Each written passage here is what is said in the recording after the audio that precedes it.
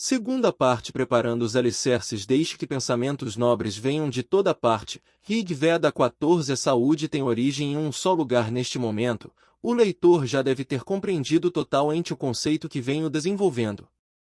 As provas são irrefutáveis.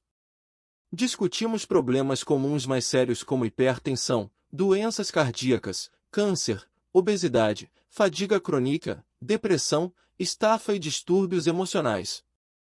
Percebemos que a mente desempenha um papel crucial na gênese de todas as disfunções. Em minha opinião, isso é verdadeiro em relação a qualquer doença.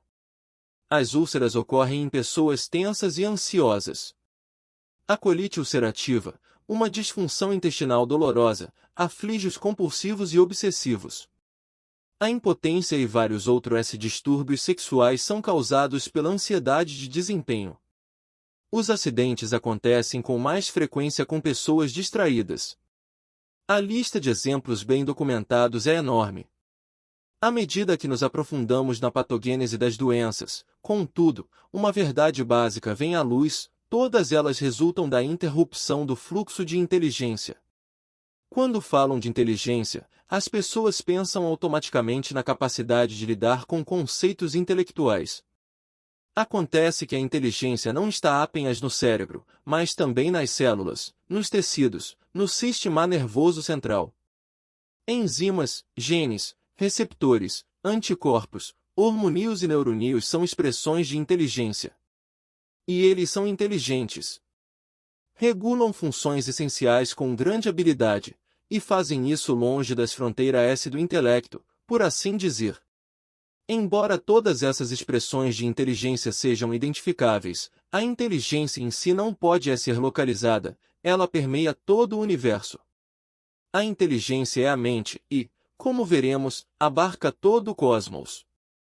Seríamos imprudentes se concluíssemos que ela está confinada ao cérebro. Nesse sentido, todos os processos de doença se originam no vasto paralouco da mente. E o mesmo acontece com a saúde. 15. A felicidade e a química cerebral da saúde. É óbvio que as pessoas saudáveis são mais felizes que as doentes. E vários estudos vêm confirmando que o inverso também é verdadeiro: pessoas felizes são mais saudáveis que as infelizes. Parece que a felicidade, que nada mais é do que ter pensamentos positivos a maior parte do tempo, provoca alterações químicas no cérebro que, por sua vez, exercem efeitos profundamente benéficos sobre o organismo. Por outro lado, pensamentos negativos ou depressivos causam alterações químicas que prejudicam o corpo. As substâncias químicas do cérebro, pelas quais os pensamentos operam, são chamadas de neurotransmissores. Pelo menos 30 tipos diferentes de neurotransmissores já foram identificados. A proporção em que cada um deles aparece depende do estado de espírito cultivado pela pessoa ao longo da vida. Uma vez que controlamos conscientemente os pensamentos, escolhem-nos o que pensar, é claro que a química cerebral pode ser controlada com facilidade, embora seja muito difícil oferecer provas científicas desse fato. Pensar é exercitar a química cerebral. É ela que induz a secreção hormonal em várias regiões do cérebro, o hipotálamo e a hipófise, e esses hormônios transmitem mensagens a todos os órgãos do corpo. Analisemos, primeiramente, alguns exemplos específicos de pensamentos negativos. A raiva e a hostilidade aceleram os batimentos cardíacos, elevam a pressão arterial e deixam a pessoa vermelha, entre outras coisas. A ansiedade também acelera o coração e faz a pressão subir, provoca tremores nas mãos, suor frio, peso no estômago e fraqueza generalizada. Os distúrbios mentais sérios há muito tempo são relacionados a alterações químicas no cérebro. Para citar um pesquisador, não há um único pensamento distorcido sem que haja também uma molécula distorcida. Do mesmo modo, pensamentos positivos, alegres, amor SOS tranquilos, como compaixão, amizade, bondade, generosidade, afeto, calor e intimidade produzem estados fisiológicos correspondentes através do fluxo de neurotransmissor e hormônios pelo sistema nervoso central. As profundas mudanças fisiológicas induzidas por pensamentos positivos levam à boa saúde porque são intermediadas por neurotransmissores estimulantes.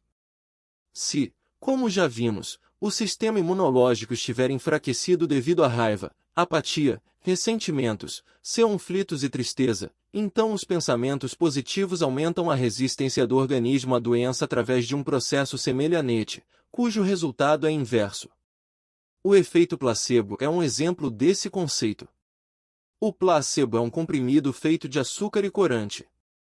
Ele é dado aos doentes como se fosse um remédio autêntico, e funciona porque os pacientes acreditam que ele vai funcionar. Um grupo de pacientes que apresentava hemorragia provocada por úlcera recebeu do médico um comprimido descrito como a mais moderna e potente droga para o tratamento de úlceras. 70% dos pacientes deixaram de sangrar imediatamente. Para outro grupo de pessoas na mesma situação, o médico disse que a droga era experimental e sua eficácia, desconhecida, em apenas 25% dos pacientes a hemorragia cessou. Todos eles haviam tomado apenas um placebo. Esse tipo de pesquisa tem ramificações que nem imaginamos. Antigamente, pensava-se que o placebo funcionava porque o paciente enganava a si mesmo. Os médicos reconheciam sua eficácia, mas consideravam-na apenas um curioso efeito colateral psicológico. Hoje sabemos que os placebos põem em funcionamento os mecanismos de cura do próprio organismo.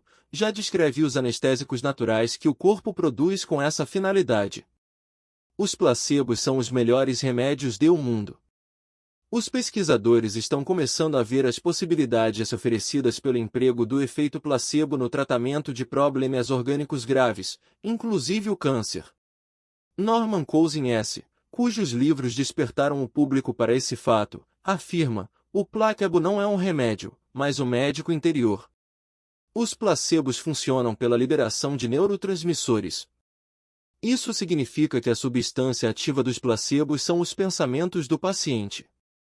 Naquele caso das úlceras, a hemorragia de um dos grupos cessou porque os doentes acreditaram que o comprimido funcionaria, e quanto menor a fé, menor a cura. Os placebos são tão poderosos que alguns pacientes que se queixavam de náuseas se sentiram imediatamente aliviados depois de tomar o remédio oferecido pelo médico. Acontece que aquele medicamento induzia as náuseas. Quando a fé é bem canalizada, pode alterar completamente não apenas realçar a realidade das drogas. Quando se acredita que um comprimido alivia a dor de cabeça, abaixa a pressão, melhora o desempenho sexual, dá mais energia, aumenta o apetite, faz emagrecer ou engordar, e até mesmo que cura um tumor maligno, pode apostar que os resultados serão exatamente esses. Para que os pensamentos curem, eles devem ser sinceros e constantes, pois quanto mais eles agirem sobre os neurotransmissores apropriados, mais os neurotransmissores poderão influenciar o cérebro. Se os padrões de pensamento e o estado de espírito são tão importantes, como mudá-los para melhor? Para responder a essa pergunta é preciso antes de mais nada entender o que é o pensamento e a mente. E disso que trata o próximo capítulo.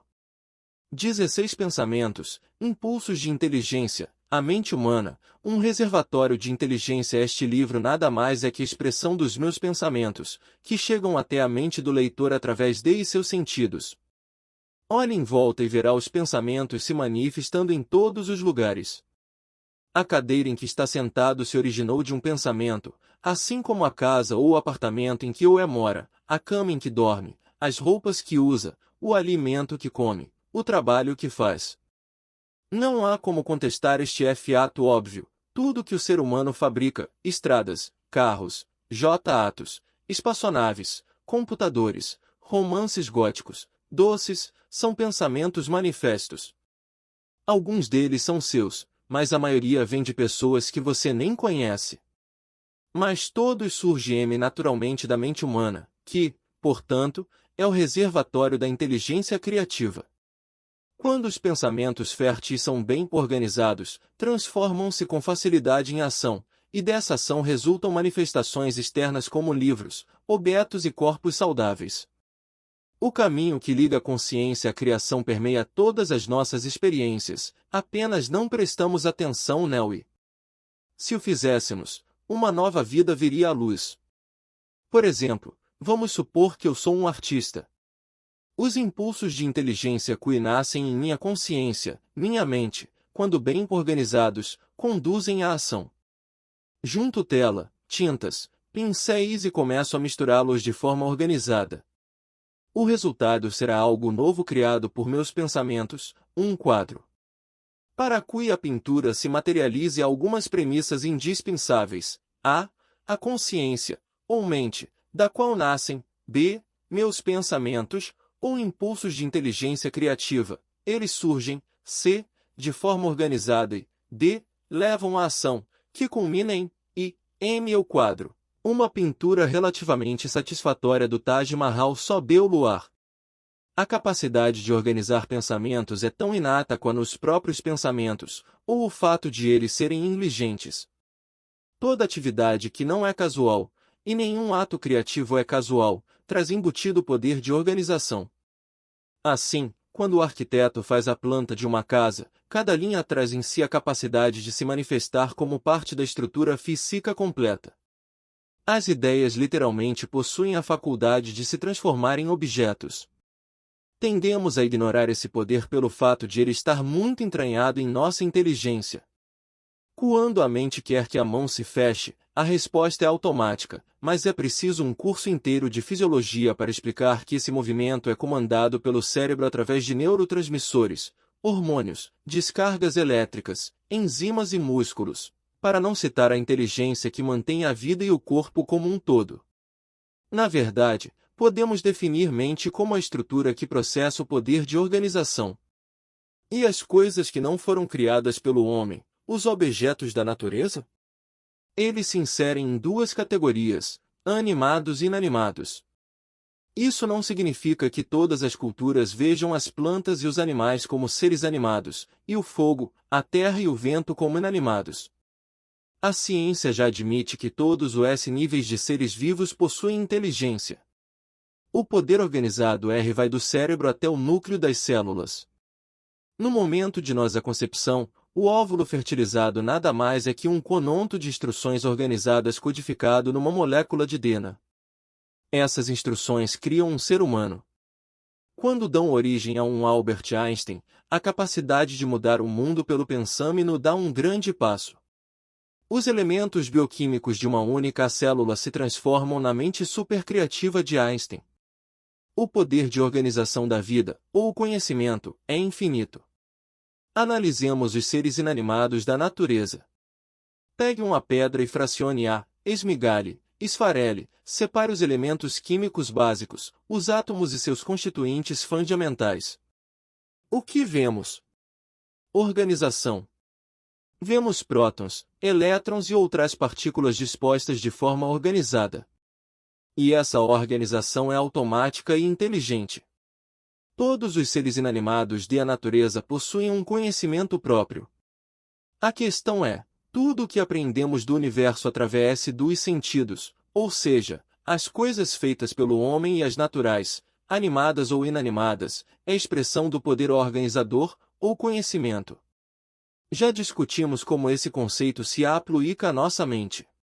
A consciência, cada impulso da mente humana, contém o conhecimento. Na verdade, esse conceito pode ser estendido a todo o universo. O próprio Einstein observou que a ciência começa na convicção profunda da racionalidade do universo.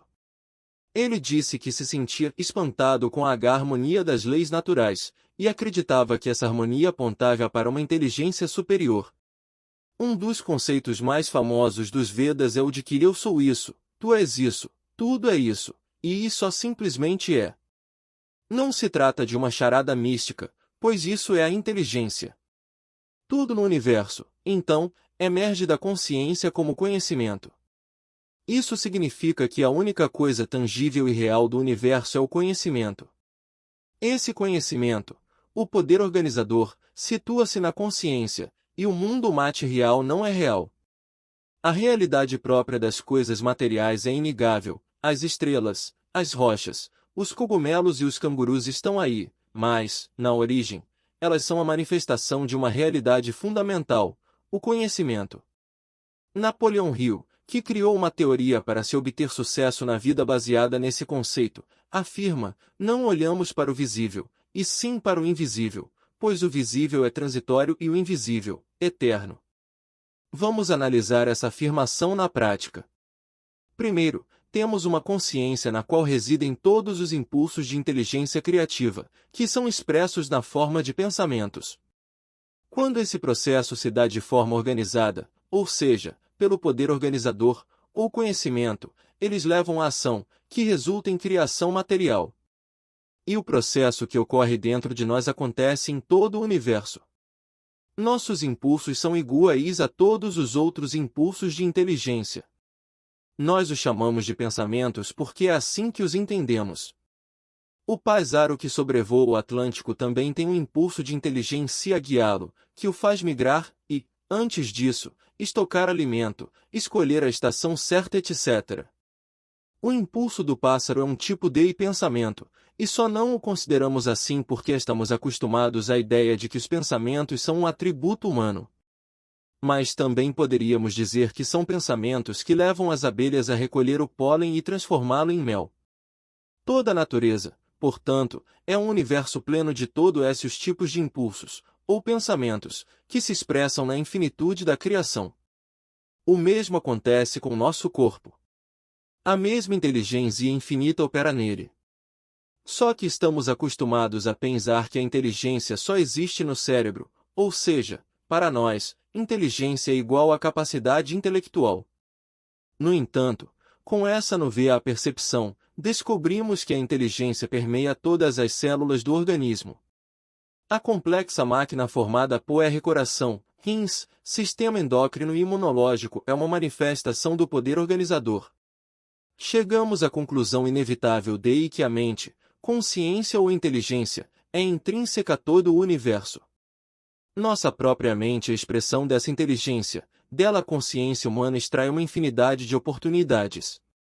17 Evolução alguns anos atrás, uma quantidade infinita de informações, encerrada numa única e minúscula célula do esperma, foi combinada com outro pacote de informações, localizado num óvulo. O resultado, mais uma vez, foi uma quantidade infinita de informações, dessa vez arranjadas em um embrião unicelular microscópico. Esse embrião era único, não havia nada parecido no universo, só ele possuía aquele pacote de informações codificadas na espiral de DNA. Sob condições apropriadas, a célula sofreu bilhões de divisões, mantendo sempre as mesmas informações. E essa célula única se transformou em milhões de células que trabalham em conjunto numa demonstração de inteligência e conhecimento que jamais perde o poder inato de organização. Hoje, aquela célula é você. Não apenas seu invólucro físico, mas seus pensamentos, suas emoções, gostos, desejos e paixões. Hoje você está administrando uma empresa, olhando as estrelas, lendo um clássico grego ou fomentando uma revolução. Pode se transformar em um Hitler ou um Gandhi, e o mundo é diferente porque você está vivo. Quem é você? A verdade é que você não é nada além daquela única célula, formada acidentalmente quando, de um grupo de milhões de espermatozoides que continham um conjunto específico de informações, um venceu a corrida e fecundou um óvulo de sua mãe. O código de instruções do DNA permanece sempre o mesmo. Ou seja, você é apenas aquele conjunto de informações que determina todas as suas características, a pele, os olhos, os sentidos, a mente, o intelecto. Você é um pedaço de conhecimento. Esse conhecimento continua a se expressar infinitamente, de modo que hoje você é diferente da pessoa que já foi e também da que virá a ser.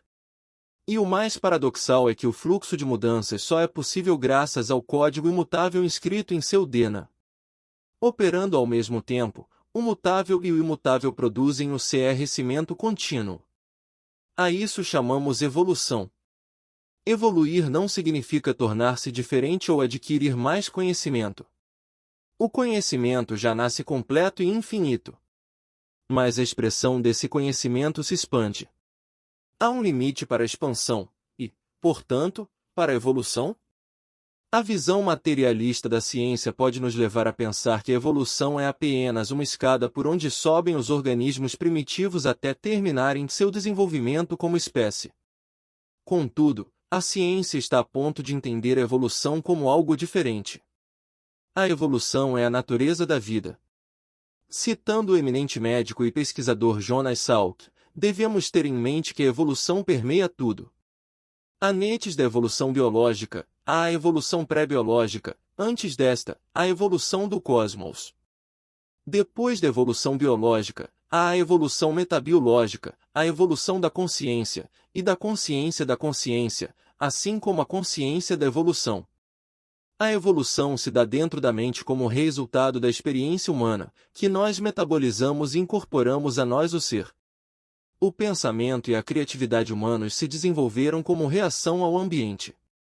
A evolução metabiológica tem a ver com a sobrevivência do mais sábio. A sabedoria está se tornando o novo critério de adaptação. O Dr. Salk afirma que, entre os homens, o objetivo da evolução é a sobrevivência do mais sábio. Chegamos a esse ponto pelo próprio processo evolutivo, o mesmo impulso que criou as estrelas, a Terra e a vida terrestre. Em todos esses palcos, a evolução opera sem esforço. O crescimento é a característica primordial da existência. E o aumento da sabedoria é o estágio seguinte do crescimento. Não temos que fazer nada, a não ser seguir o fluxo natural que, em primeiro lugar, nos faz conscientes, e, em segundo lugar, conscientes da consciência. Se a sabedoria é o critério de sobrevivência, o que é a sabedoria? Na Índia, define-se o sábio como aquele que compreende a realidade. Podemos dizer que a sabedoria é a compreensão da totalidade da vida. Como a inteligência humana se expande sem nenhum esforço, acabamos por entender a vida como totalidade, e é por isso que a felicidade e a saúde perfeita nos interessam. Elas são o objetivo natural das pessoas que começam a entender a inteligência infinita expressa pela mente e pelo corpo. Uma vez aceita a ideia de que a tendência natural é a expansão do conhecimento, o próximo passo é mostrar que o resultado desse processo é a ampliação da felicidade. 18. Saúde, a soma de impulsos de inteligência positivos e negativos a qualquer momento. Sua saúde é a soma de todos os impulsos, positivos e negativos, que emanam de sua consciência. Você é aquilo que pensa. Se for feliz, isso significa que tem pensamentos alegres a maior parte do tempo. Se é depressivo, com certeza a maioria de seus pensamentos é triste. Esse cálculo deve ser feito também para todos os outros estados de espírito: raiva, medo, inveja, cobiça, bondade, compaixão, benevolência e amor. Tudo é pensamento. Quando um deles predomina, você desenvolve o estado mental correspondente e, como já vimos, uma determinada condição fisiológica.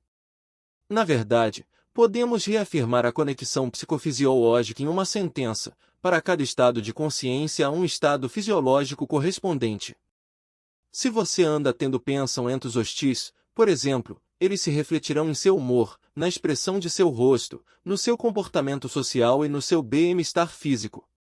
Você franze o senho, fica impaciente e intratável, seu estômago produz mais ácidos, o sangue recebe mais adrenalina e, consequentemente, terá boas chances de adquirir úlcera péptica e hipertensão.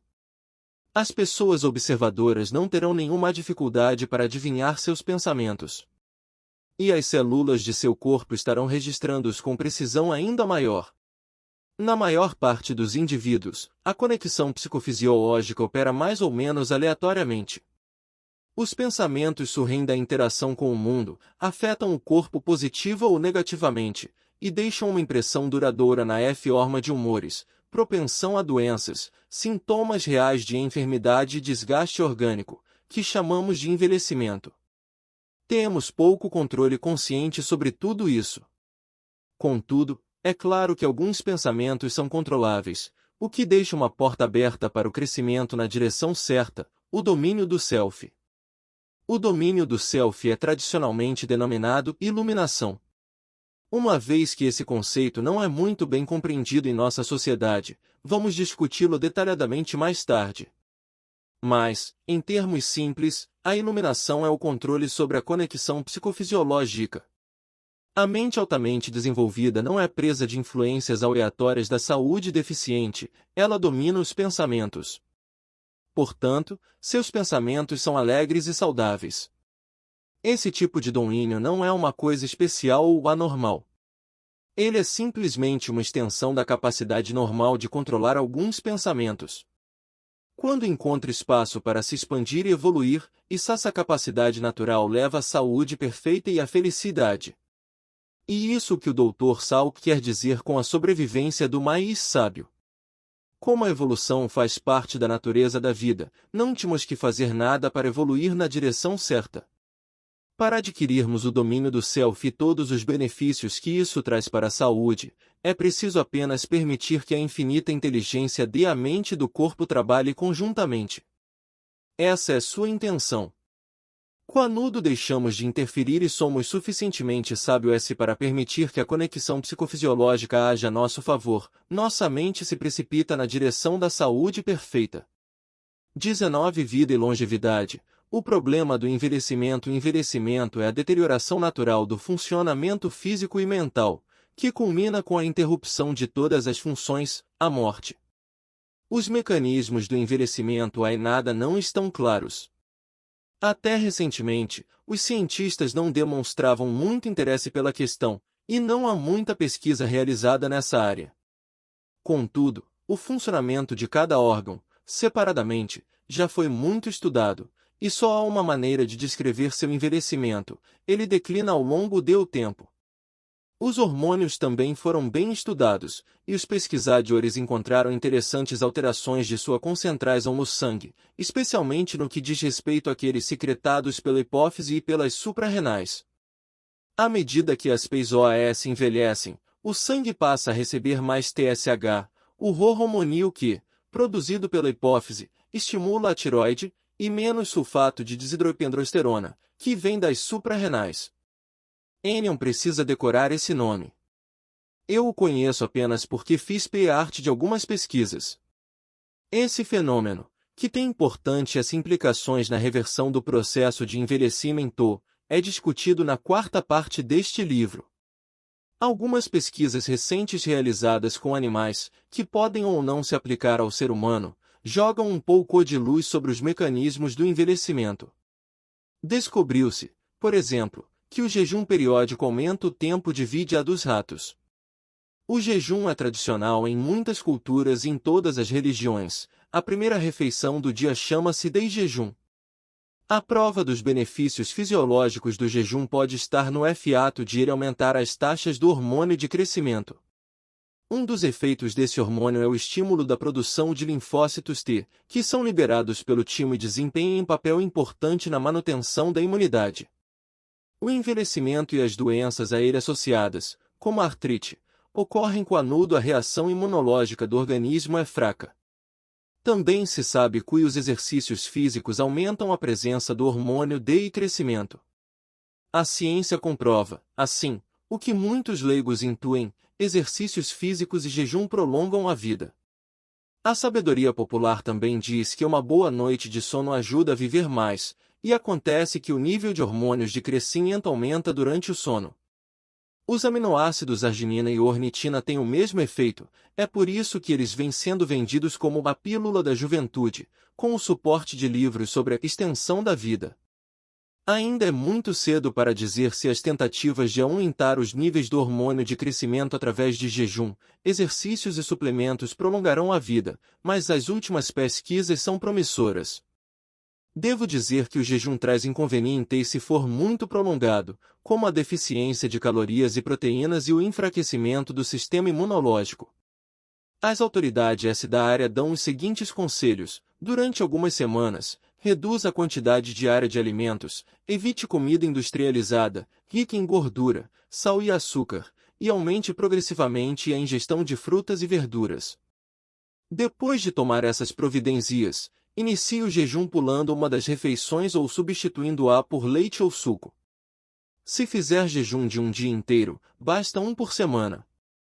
Os conselhos para aumentar o tempo de vida também incluem substâncias chamadas antioxidantes.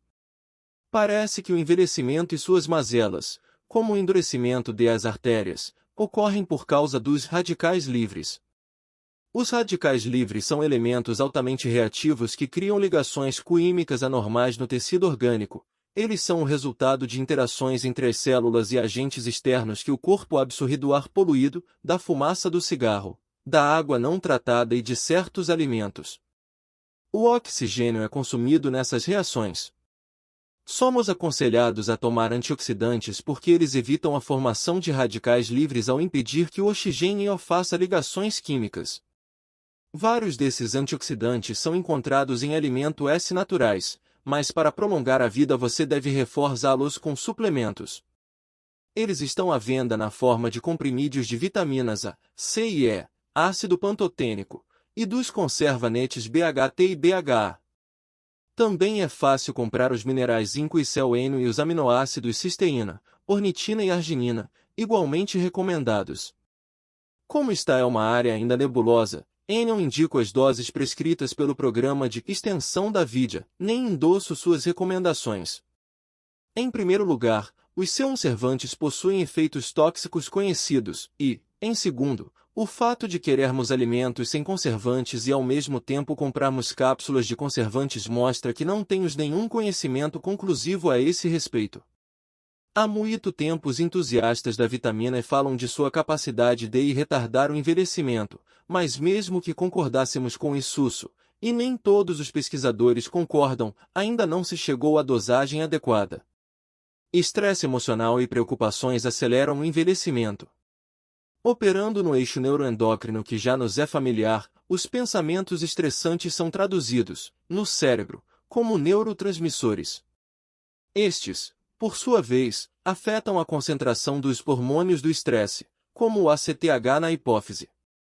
Quando todo o processo hormonal é disparado, o resultado é o enfraquecimento do sistema imunológico, ou imunodepressão, e quando a imunidade é baixa o corpo fica mais suscetível a todos os tipos de doença, inclusive ao câncer.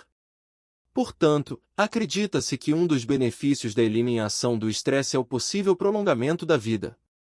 Longevidade e inteligência. O debate em torno da bioquímica do envelhecimento é bastante interessante, e por isso acho útil investigá-la mais profundamente. Os pesquisadores começaram a levantar a hipótese de que o envelhecimento seria um processo com hora marcada para começar ao perceberem que o sistema nervoso central estava intimamente ligado a ele. Essa teoria surgiu porque se sabe que o DNA programa várias ocorrências de nossa vida, da dentição à puberdade. Além disso, descobriu-se também que a quantidade de antioxidantes produzida pelo organismo é, em grande parte, hereditária. Isso explica por que certo grupo de pessoas vive mais. Há famílias em que todos os membros passam dos 80 anos de idade. Segundo essa teoria, o cérebro possui um relógio biológico que determina o tempo de vida. A longevidade máxima da espécie seria estabelecida por esse relógio, e apenas fatores ambientais específicos teriam a capacidade de afetá-lo. O relógio biológico existe em outras espécies, além do homem. Por exemplo, o ciclo de vida do salmão termina quando ele sobe a correnteza para desovar, função com hora marcada pelo sistema nervoso central de cada peixe. O relógio biológico é acertado geneticamente, e essa descoberta abriu possibilidades instigantes para a manipulação de genes, a engenharia genética, tendo em vista o prolongamento da vida. Basicamente, a ideia é alterar o código do DNA, reacertando o relógio. A possibilidade de criar células imortais vem inflamando a imaginação dos biólogos que trabalham nessa área. Já existem técnicas para imortalizar células em tubo de ensaio, em outras palavras, já é possível criar células eternas. Entretanto, a imortalidade não é algo novo na natureza. A despretensiosa ameba, um dos organismos unicelulares mais conhecidos, é, literalmente, quase imortal. Quando está bem crescida, a ameba se divide em duas, mais jovens e vibrantes. A ameba original não morre, ela se transforma nos dois filhotes, que passarão pelo mesmo processo quando chegar a hora. Nessa divisão contínua, a primeira de todas as amebas ainda anda por aí, nunca cadáveres. Outro organismo primitivo encontrado na água, A hidra atingiu a vida eterna por outros meio s. Seu metabolismo é tão rápido que todas as células são trocadas a cada 2 semanas. Sua expectativa de vida, portanto, é constante, as hidras não envelhecem nem morrem. A inteligência da natureza também dotou outras espécies de sangue frio, certos peixes e crocodilos, com metabolismo tão lento que suas células estão sempre crescendo. Essas criaturas ficam amadurecendo para sempre, e nunca alcançam um tamanho adulto fixo, só morrem quando são atacadas pelos predadores. Entre as plantas, as sequoias e certas coníferas não são exatamente mortais, mas algumas delas vivem entre 200 e 300 anos. A figueira sagrada sob a qual Buda meditou 3.000 anos atrás ainda está em pé, e é um dos locais de peregrinação da Índia. Quando os cientistas tentam imortalizar células com técnicas de microengenharia, não estão alterando o conteúdo dos genes, mas simplesmente a expressão desse conteúdo. Os genes sempre souberam o segredo da imortalidade. São a única entidade viva dentro de nós que não morre. Ao longo dos milênios houve mutações que alteraram a expressão dos genes, mas EOS são eternos. Tomei conhecimento desse fato de forma dramática, 14 anos atrás, na primeira gravidez de minha mulher. Um exame de sangue de rotina revelou que ela estava um pouco anêmica. Presumi que tinha alguma deficiência de ferro, mas, por curiosidade, examinei o sangue de Rita no microscópio, percebendo algumas hemácias de formato estranho. Consultei o patologista do hospital em que trabalhava, e ele imediatamente diagnosticou anemia mediterrânea moderada. Um exame mais sofisticado detectou que Rita tinha de fato talassemia, seu médico havia dito. A talassemia é um problema de sangue comum nos povos mediterrâneos, mas minha mulher é de Nova Delhi e não tem nenhum parente fora dessa parte da Índia. Pesquisando em bibliotecas e consultando epidemiologistas, descobri que o cinturão da talassemia se estendia da Macedônia, no norte da Grécia, até uma região chamada Multan, que hoje fica no Paquistão. Acontece que o bisavô de Rita emigrou de Mulan para a Índia. Além disso, o cinturão da talassemia abriu as rotas que o exército de Alexandre, o Grande percorreu mais de 3 séculos antes do nascimento de Cristo. Sentado pela 100ª vez diante do microscópio, no laboratório de um hospital de Nova Jersey, a realidade da imortalidade me encheu de repentina alegria. Os genes que corriam pelas veias de minha mulher haviam sobrevivido a tudo, a Alexandre abatido às margens do Indo, ao sermão da montanha, à destruição de Pompeia, às cruzadas, à retirada de Napoleão de Moscou, a séculos de revolução, permanecendo imutáveis enquanto todo o resto sucumbia à mudança. Continuaram a viver em minha mulher e foram transmitidos a meus filhos. Naturalmente, não precisamos de mais provas da imortalidade, os genes são sua encarnação. Devemos considerar os genes meras estruturas físicas ou a expressão única do conhecimento, dos impulsos de inteligência? As duas coisas. São estruturas físicas, porque podemos vê-los e analisar seus componentes químicos, mas, como qualquer outro tecido vivo, eles transcendem a natureza material e se relacionam dinamicamente com a natureza. Fazem parte do mesmo fluxo evolutivo que sustenta todo o universo. São a maior concentração de conhecimento que jamais existiu, o último recurso da natureza para permitir que o imutável mude a todo instante.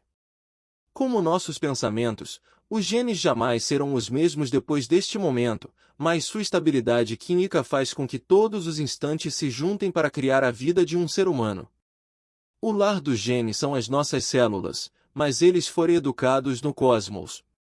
O universo levou muito tempo para aprender a fabricar o hidrogênio, o carbono e outros elementos da tabela periódica, para criar moléculas orgânicas de complexidade crescente, finalmente, para construir um local viável, este planeta, para a vida progredir em liberdade. Cada pedaço de informação relevante para o produto final, a humanidade, foi armazenado em nossos genes. Há indícios fortes de que esse processo não tem fim. Assim, os genes aprenderam um pouco sobre a imortalidade. E se quisermos experimentá-la, teremos de nos libertar da racionalidade, do desejo de vê-la e tocá-la. Nossa dependência constante do intelecto e dos sentidos se relaciona intimamente com o que chamamos tempo. Uma vez que o envelhecimento ocorre com a passagem do tempo, é preciso uma concepção nova do tempo para criar uma nova concepção de envelhecimento. J. Krishnamurti, sábio filósofo indiano, chamou o tempo de inimigo psicológico do homem, classificação inegável diante do medo que todos têm de envelhecer. Mas o que é o tempo? Krishnamurti responde: tempo é pensamento. Essa ideia fascina Nietzsche tanto para o paciente que experimenta a deterioração do corpo e da mente como para o médico que trata os sintomas fisiológicos produzidos pelo tempo. Ela nos convida a entender o tempo como um conceito. Em Espaço, Tempo e Medicina, livro que recomendo, o Dr. Larry Dossey observa que nos apegamos à ideia de tempo real, um tempo que flui e se divide em passado, presente e futuro.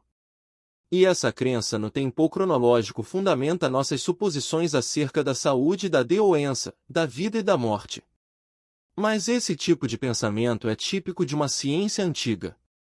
A ciência a qual ele se refere foi transformada pela teoria da relatividade de Einstein, que nos forçou a entender que o tempo, o espaço e os sentidos humanos formam um contínuo ininterrupto. Ao pensar na realidade do tempo, precisamos levar em consideração a consciência que o percebe e a natureza em que ambos se inserem. Nós criamos o tempo, você e eu. Ele é um mecanismo mental, um conceito que usamos para medir a posição relativa das coisas.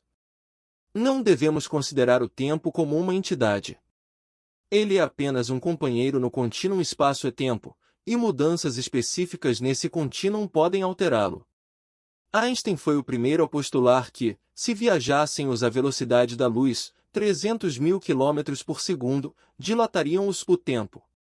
Por exemplo, um sujeito que, nessa velocidade, chega-se à estrela mais próxima e retornasse no período de 3 anos, descobriria que na Terra 21 anos teriam se passado.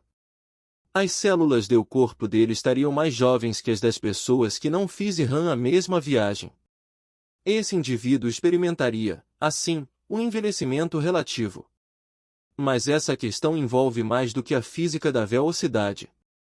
O Dr. Dossey continua dizendo que mortalidade, nascimento, longevidade, doença e a saúde, construímos essas ideias inconscientemente, incorporando a elas o tempo absoluto que supomos fazer parte da realidade externa.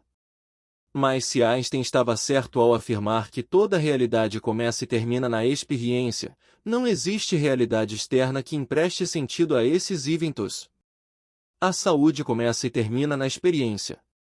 Assim, saúde, doença, vida e morte não são absolutas, são parte de nós, nascem de nós. Somos a imagem que fazemos de nós mesmos. Se conseguíssemos mudar o modo pelo qual nos enxergamos, poderíamos mudar também todos os conceitos e toda a realidade da vida, do envelhecimento, da finitude, em última instância, da imortalidade, pois são nossos conceitos que constroem a realidade.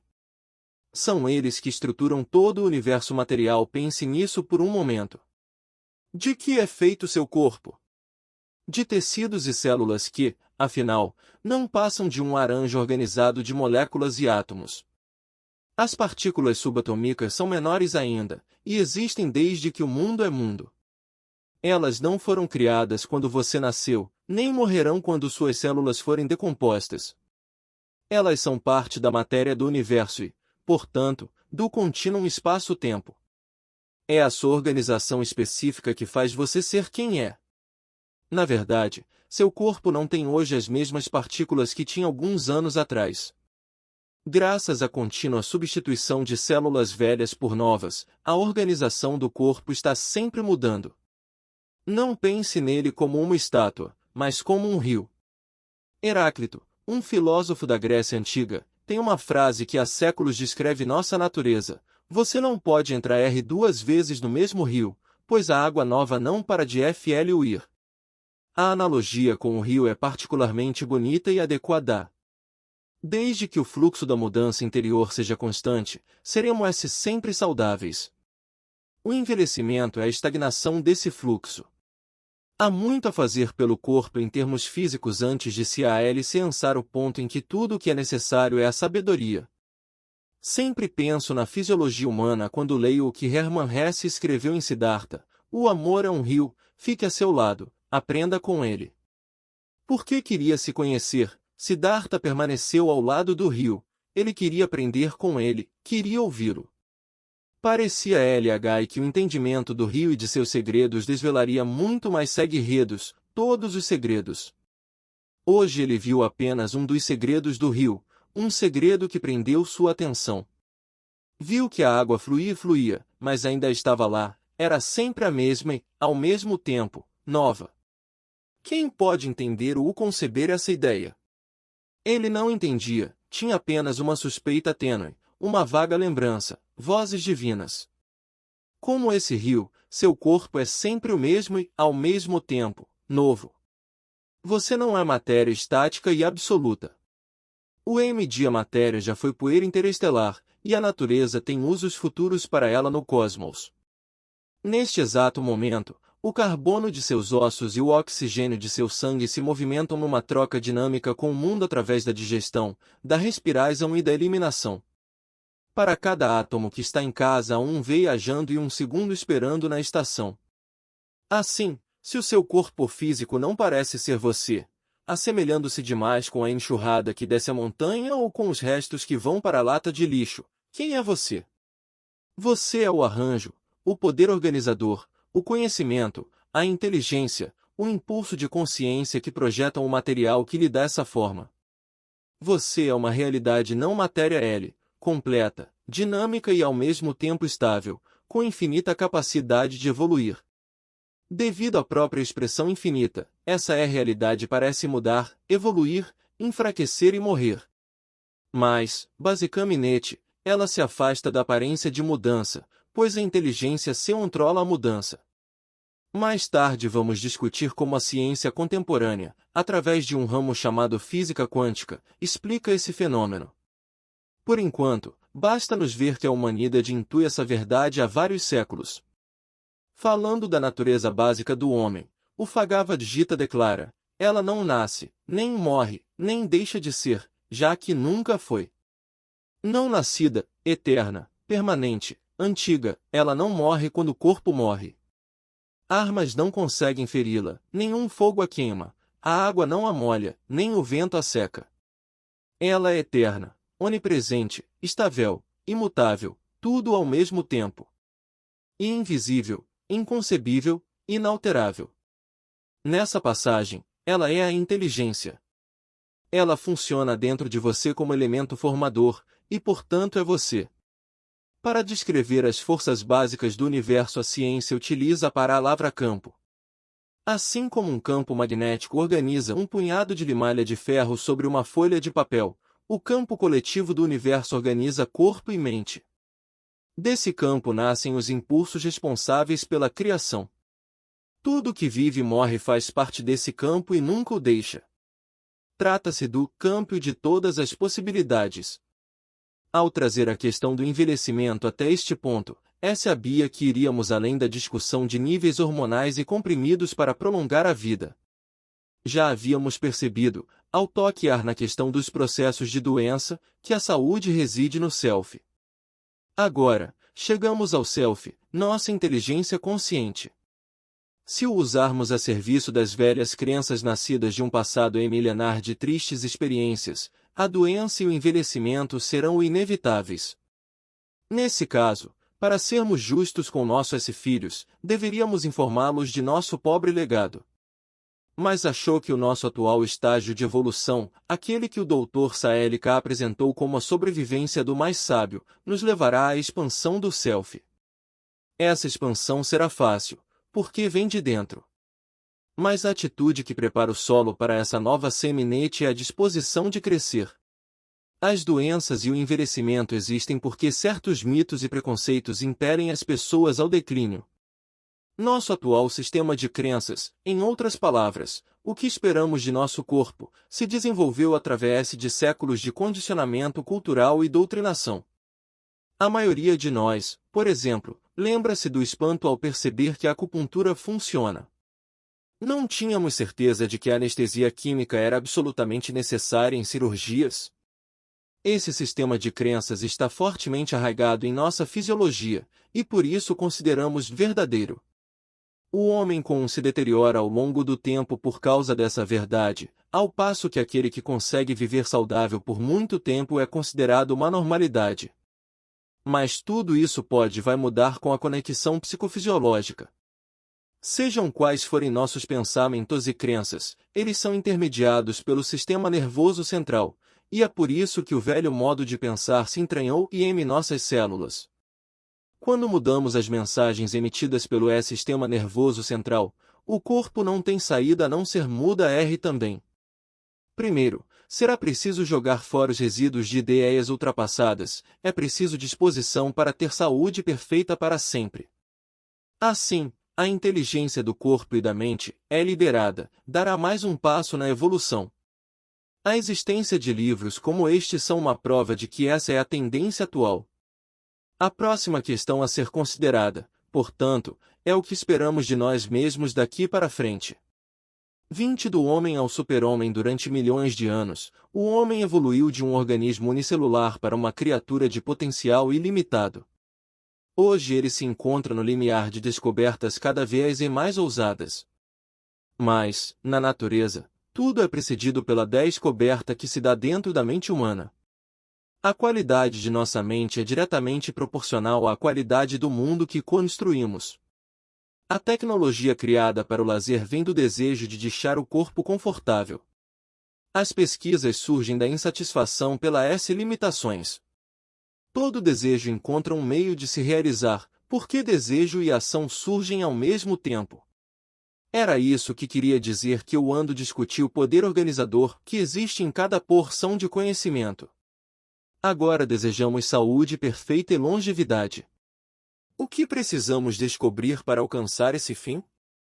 No passado, voltamos nossa atenção para a tecnologia médica e obtivemos excelentes resultados.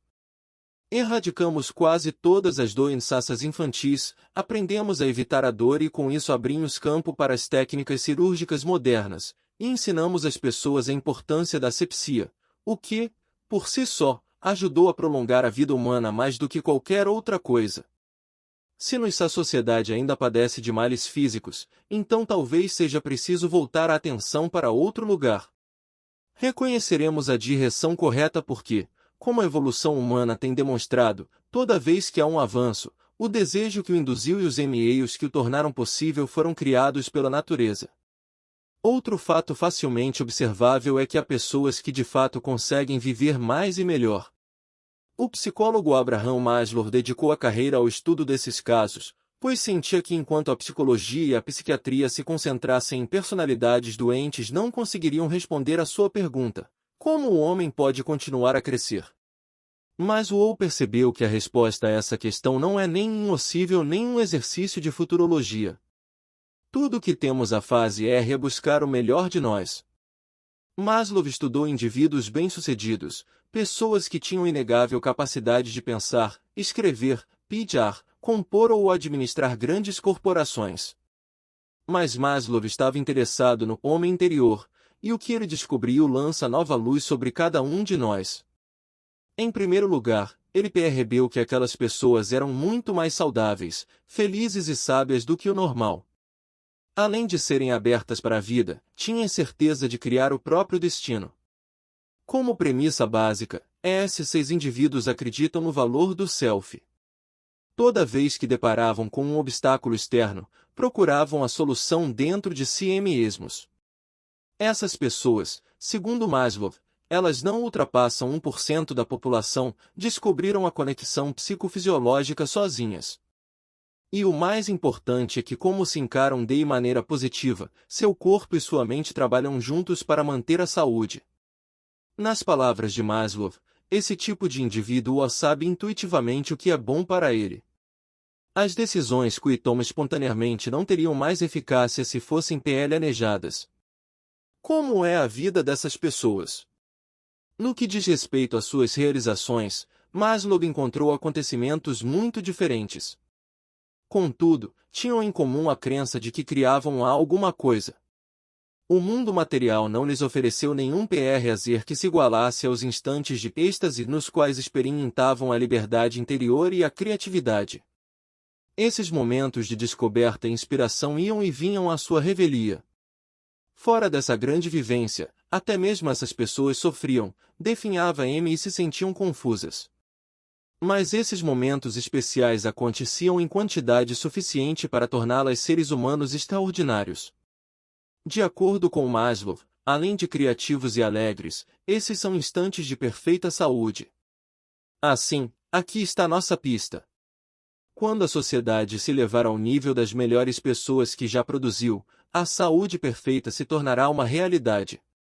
Os indivíduos criativos e saudáveis são nosso super-homem, exemplo da evolução humana na direção do crescimento e da felicidade. Sei que muitos detestam a palavra super-homem, mas recorro a ela porque é óbvio que não progrediremos enquanto não admitirmos que há um plano superior à vida comum. Significativamente, Maslow descobriu que os indivíduos fracos, que subentendem que a neuros, e a saúde deficiente e a infelicidade são normais, têm professor Wang do medo de se fortalecer. Chegam a evitar as pessoas saudáveis, bem-sucedidas, amorosas e sábias. Ou seja, têm medo de crescer. Como veremos no decorrer deste livro, todos têm possibilidade de atingir um plano superior sem esforço nem sacrifício. Para isso é preciso pouco mais que muda o conceito de normalidade. Ou, nos termos de Maslow, é preciso apenas aprender a controlar os momentos de êxtase para que o ES aconteçam todos os dias. Viver em êxtase permanente é encontrar o estado de perfeita saúde. Por mais fabulosa que essa experiência pareça ser, as pessoas falam de um sentimento de liberdade absoluta, plenitude interior, felicidade completa e um fluxo ininterrupto de amor e criatividade. Tudo o que você tem a fazer é seguir os instintos. O crescimento constante leva ao êxtase. A principal diferença entre o homem e o super-homem é o fato de o primeiro ser irremediavelmente mecânico. As ações e reações das pessoas comuns são totalmente previsíveis e, nesse sentido, não passam de atividades mecânicas. Todo estímulo gera uma resposta previsível. O que a filosofia oriental se rama de escravidão do ego não tem nada de misterioso, trata-se do hábito de pensar sempre nas mesmas bases. Se for honesto consigo mesmo, você vai perceber o automatismo de seu comportamento, que é oriundo de certos padrões de pensamento. Nenhum dado externo é capaz de alterar esses pensamentos, eles simplesmente surgem, e então percebemos que algo nos deixou com raiva, tristes, felizes, ou em êxtase. Na verdade, podemos tomar como exemplo algumas das melhores cabeças de nosso tempo, pessoas tidas como extraordinárias, e ver que o mesmo acontece com elas. Discorde delas e ficarão aborrecidas. Teça-lhes elogios e verá a felicidade estampada em seus rostos. Experimente ridicularizá-las ou criticá-las, elas se mostrarão zangadas, deprimidas e retraídas. Elogie suas conquistas e veja-as inchar de orgulho. Mas nem aqueles que se elevam acima da natureza mecânica do pensamento conseguem derrotá-las. Maslow descobriu que os indivíduos sintonizados com seu self se dispõem a aceitar o mundo e tendem a se sentir desligadas das próprias reações. Eles conseguem amar profundamente e demonstrar compaixão e sabedoria por causa desse desligamento. Não há nada de contraditório nessa afirmação. Se você se envolve demais com as próprias dificuldades, todo o resto desaparece. Se, ao contrário, aceita-as como um fato da vida e acredita que tudo acabará dando certo, um mundo muito mais amplo se abre diante de seus olhos. Então, como crescer constantemente na direção da saúde perfeita?